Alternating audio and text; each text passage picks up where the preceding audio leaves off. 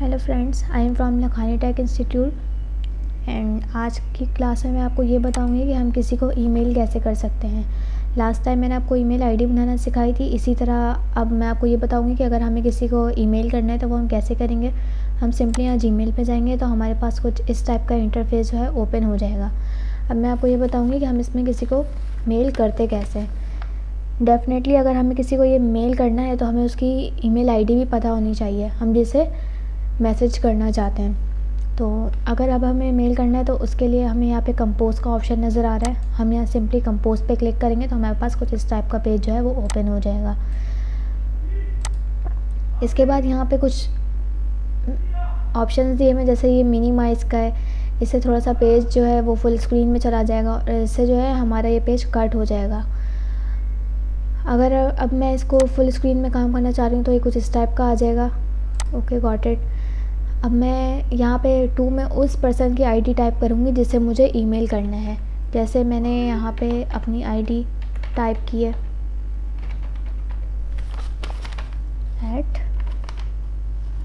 @gmail.com। इसका एक बहुत ज़्यादा फ़ायदा ये होता है कि जब आप ईमेल आईडी टाइप कर रहे होते हैं तो ये इंटरनेट हमें खुद ब खुद वो उसकी ईमेल आईडी कंप्लीट कर देता है ना। आपके पास यहाँ पे ऑप्शन नज़र आ रहे होंगे CC एंड BCC। तो मैं आपको ये बताऊँ कि CC क्या होता है। जैसे ही मैंने CC पे क्लिक किया वो 2 के नीचे CC चला गया। CC की फुल फॉर्म होती है कार्बन कॉपी। इसका मतलब ये होता है कि अगर मैं किसी को मेल कर रही हूँ, जैसे मैंने यहाँ पे 2 में मैंने मेल किया है और मैं सेम वही फाइल या मैसेज जो है कॉपी करना चाह रही हूँ और फॉरवर्ड करना चाहती हूँ, तो मैं CC पे उसे ऐड कर लूँगी। मैं CC पे जिसे भी ऐड करूँगी उसके पास जो है मेरी ये जो मेल कॉपी होगी ये फॉरवर्ड हो जाएगी। जिस तरह से हमारे मोबाइल में होते हैं, व्हाट्सएप पे किसी को कोई मैसेज फॉरवर्ड करना चाह रहे होते हैं, हम उसे उधर उसकी जो है कॉन्टैक्ट नंबर लिख लेते हैं और यहाँ पे भी वही होगा कि हम CC में उसकी आईडी टाइप करेंगे, उसे हम ऐड करेंगे और हम जो भी फॉरवर्ड करना चाहते हैं वो हम जिनको फॉरवर्ड करना चाहते हैं हम CC में उनको ऐड कर लेंगे। नेक्स्ट हमारे पास यहाँ पे नज़र आ रहा है BCC। BCC किसकी, ये भी एक बहुत अच्छी चीज़ है। जैसे अगर PC को हम इसलिए यूज़ करते हैं कि हम अगर किसी को कोई फ़ाइल सेंड करना चाह रहे हैं और ये जो BCC होता है इससे ये लगता है कि जो है ये सीक्रेटली मुझे ही सेंड किया। जस्ट इसको ये नहीं पता चलता कि ये और भी लोग देख रहे हैं, बट इसको ऐसा लगता है कि ये फ़ाइल जो है जस्ट मुझे ही सेंड की है। तो ये भी एक बहुत अच्छी जो है हमारे लिए चीज़ होती है। इसके बाद सब्जेक्ट। अब मुझे यहाँ पे अगर किसी को कोई लीव लिखनी है, जैसे मैं चाह रही हूँ कि मुझे ऑफिस से कुछ दिन के लिए छुट्टियाँ मिल जाए, तो मैं यहाँ पे सब्जेक्ट में शॉर्टली लिखूँगी कि I want a leave for few days. इस टाइप का मैं कुछ भी लिख लूँगी। उसके बाद मैं यहाँ पे अपना जो पूरा टेक्स्ट है, मतलब मैं क्यों छुट्टी करना चाह रही हूँ और मुझे जो इसकी पूरी डिटेल होगी वो मैं यहाँ पर टाइप करूँगी। अब मैं आपको यहाँ बता दूँ कि किस तरह से हम टाइप करते हैं। जैसे मैंने यहाँ पे एक सैम्पल टेक्स्ट लिया है, मैंने यहाँ से एक टेक्स्ट को कॉपी करना है। अब मैं सब्जेक्ट में ये लिखना चाह रही हूँ जिस तरह से ये दिया हुआ है एक, मैं इसे सिंपली कॉपी करूँगी। सॉरी, जैसे मैंने इसे कॉपी कर लिया है यहाँ से एंड मैं यहाँ पे इसे पेस्ट कर देती हूँ सब्जेक्ट में। जैसे ये मेरा एक क्वेश्चन बन चुका है। अब मैं यहाँ पे इसकी जो डिटेल है, अपनी एप्लीकेशन की जो भी डिटेल है मैं वो टाइप करूँगी।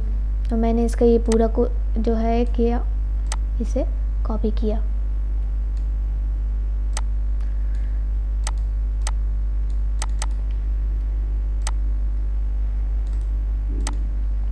एंड मैं इसे यहाँ पे पेस्ट कर दूँगी। अब आपको यहाँ पे कुछ ऑप्शंस नज़र आ रहे होंगे सेंड वगैरह के, और यहाँ पे कुछ ऑप्शंस नज़र आ रहे हैं, मैं आपको बताऊँगी ये होते क्या हैं। अब जैसे मैंने यहाँ पे एक टेक्स्ट सेलेक्ट कर लिया है, डमी टेक्स्ट। मैं चाह रही हूँ मैं इसका फ़ॉन्ट चेंज कर दूँ, तो यहाँ पे ये ऑप्शन जो है फ़ॉन्ट का होता है, इससे हम फ़ॉन्ट चेंज कर सकती हूँ। जैसे आपको नज़र आ रहा होगा मैंने सेलेक्ट किया, मेरा फ़ॉन्ट चेंज हो गया। यहाँ पे एक अंडू का ऑप्शन है, अगर मैं इसे एक क्लिक करूँगी तो ये बैक हो जाएगा, और मैं यहाँ पे रेडो का ऑप्शन है, अगर मैं इसे क्लिक करूँगी तो ये फॉरवर्ड हो जाएगा। अगेन यहीं पे फ़ॉन्ट का ऑप्शन है। देन यहाँ पे आपको नज़र आ रहा होगा इसका साइज़, कि मैं अपने इस टेक्स्ट का साइज़ क्या रखना चाहती हूँ। स्मॉल रखना चाहती हूँ तो मैं स्मॉल पे क्लिक करूँगी, नॉर्मल रखना चाहती हूँ तो ये नॉर्मल हो जाएगा, लार्ज करना चाह रही हूँ तो लार्ज हो जाएगा। और ह्यूज करना चाहूँगी तो ये ह्यूज हो जाएगा, जो भी टेक्स्ट मैं सेलेक्ट करूँगी। इसके बाद आपको यहाँ पे नज़र आ रहा होगा बोल्ड का ऑप्शन। अब मैं चाह रही हूँ कि मैं इतने हिस्से को बोल्ड कर दूँ, तो मैं इससे सेलेक्ट करके सिंपली बी पे क्लिक करूँगी, ये बोल्ड हो जाएगा। अब मैं इसी टेक्स्ट को चाह रही हूँ कि मैं इसे इटालियन में ले आऊँ, तो मैं आई पे क्लिक करूँगी, इटालियन में चले जाएगा। अंडरलाइन करना चाहूँगी तो यहाँ पे अंडरलाइन का एक ऑप्शन नज़र आ रहा है। देन ये टेक्स्ट कलर है, ये सारे हमें वर्ड में भी मिलते हैं ऑप्शंस। तो अगर मैं ये टेक्स्ट सेलेक्टेड टेक्स्ट को कलर करना चाह रही हूँ तो मैं इस पर क्लिक करूँगी और यहाँ से मैं कलर चॉइस कर लूँगी। देन आपको नज़र आ रहा होगा मेरा जो टेक्स्ट है इसका कलर चेंज हो गया है। उसके बाद ये अलाइनमेंट का ऑप्शन होता है कि हम किस तरह से इसे सेट करना चाह रहे हैं। इसे हम सेंटर में लाना चाह रहे हैं, इसे लेफ़्ट राइट करना चाहते हैं, तो ये इस तरह से सेट हो जाता है। उसके बाद अगेन ये वही बुलेट्स वाला ऑप्शन है कि अगर मैं इसके पॉइंट्स बनाना चाह रही हूँ तो मैं इसके पॉइंट्स यहाँ से बना सकती हूँ। डॉटेड में इसको ला सकती हूँ, जैसे यहाँ पे डॉट हो चुका है। उसके बाद मैं अगर चाह रही हूँ कि स्टार्टिंग में स्पेस आ जाए तो मैं इस पर क्लिक करूँगी, तो यहाँ पे स्टार्टिंग में अगर मैं कोई कोटेशन लिखना चाह रही हूँ तो मैं यहाँ पे इसे, जैसे मैं यहाँ पे कोटेशन करना चाह रही हूँ तो मैं इस पर क्लिक करूँगी, तो यहाँ पे सिंपली मुझे कोटेशन आ जाएगी इसकी। और आपको एक इसके बराबर में नज़र आ रहा होगा ये वाला ऑप्शन, तो जैसे ही मैं इस पर क्लिक करूँगी मेरा जितना भी टेक्स्ट है वो कट हो जाएगा। और इसके बाद ये लास्ट में एक ऑप्शन नज़र आ रहा है, अगर मैं इस पर क्लिक कर दूँगी तो मैंने जितनी भी फॉर्मेटिंग इसमें की हुई है, एडिटिंग की है, ये सब कैंसिल हो जाएगी और सिंपली हमारा टेक्स्ट इसी तरह आ जाएगा जिस तरह से हमने वहाँ से कॉपी किया था। उसके बाद लास्ट में आपके पास सेंड का ऑप्शन है। उसके बाद में फॉर्मेटिंग ऑप्शंस थे जो कि ये वाले थे। एंड आपके पास यहाँ पे आ रहा है अटैच फाइल्स का ऑप्शन। हम इस पर क्लिक करके अपनी कोई भी फाइल जो है इसमें अटैच कर सकते हैं। कोई पीडीएफ अगर हम इसमें ईमेल करना चाह रहे हैं तो हम इसमें पीडीएफ अटैच कर सकते हैं यहाँ से। उसके बाद हमें कोई अगर लिंक इंसर्ट करनी है इस टेक्स्ट में, जैसे मुझे यहाँ पे लिंक इंसर्ट करनी है तो वो मैं यहाँ से करूँगी। कोई इमोजीज टाइप करनी है तो वो मैं यहाँ से करूँगी। सारे ऑप्शन जो हैं मुझे यहाँ पे क्लियर नज़र आ रहे हैं। अगर मैं चाह रही हूँ कि मैं इंसर्ट फाइल यूजिंग ड्राइव को यूज़ करते हुए कोई फाइल इसमें इंसर्ट करूँ तो वो मैं यहाँ से कर सकती हूँ। उसके बाद यहाँ पे आ रही है इंसर्ट फ़ोटो। इंसर्ट फ़ोटो का ऑप्शन बेसिकली ये होता है कि अगर मैं अपने टेक्स्ट में कोई इमेज को इंसर्ट करना चाह रही हूँ, जो अगर मैं सामने वाले को ईमेल कर रही हूँ, तो मैं इंसर्ट फ़ोटो में जाके कोई भी फ़ोटो जो है सेलेक्ट कर लूँगी। जैसे यहाँ पर भी मेरे पास है नहीं, तो अगर आप यहाँ पे कोई भी फ़ोटो सेलेक्ट करना चाहेंगे तो आप यहाँ पे जाके कोई भी फ़ोटो सेलेक्ट कर सकते हैं।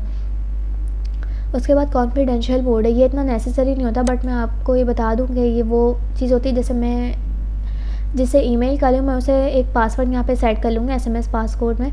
जो मैं इसे सेट करूँगी, मैं सामने वाले को जब ये पासवर्ड बताऊँगी, जब उसे वो ओपन करेगा तो उसे वो पासवर्ड नेसेसरी होगा, वरना वो जो मेल होगी वो ओपन नहीं होगी।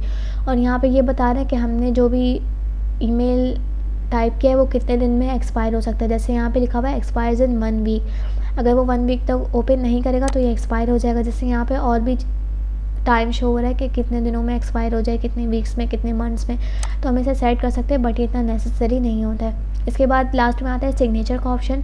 सिग्नेचर का ऑप्शन बेसिकली ऑफिस वगैरह में यूज़ होता है कि अगर हमें कोई साइन रखनी है, लेकिन इसके लिए हमें अपनी कोई साइन मैनेज करनी पड़ेगी।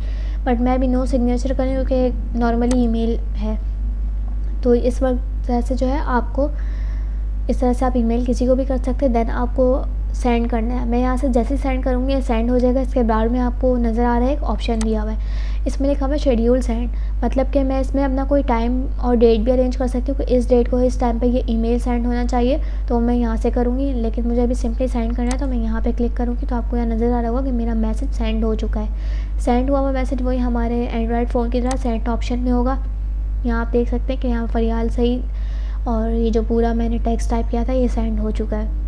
तो इस तरह से हम किसी को भी ईमेल सेंड कर सकते हैं। आप भी अपने लैपटॉप्स कंप्यूटर में ज़रूर ट्राई करिएगा। इंशाल्लाह नेक्स्ट क्लास में मिलते हैं।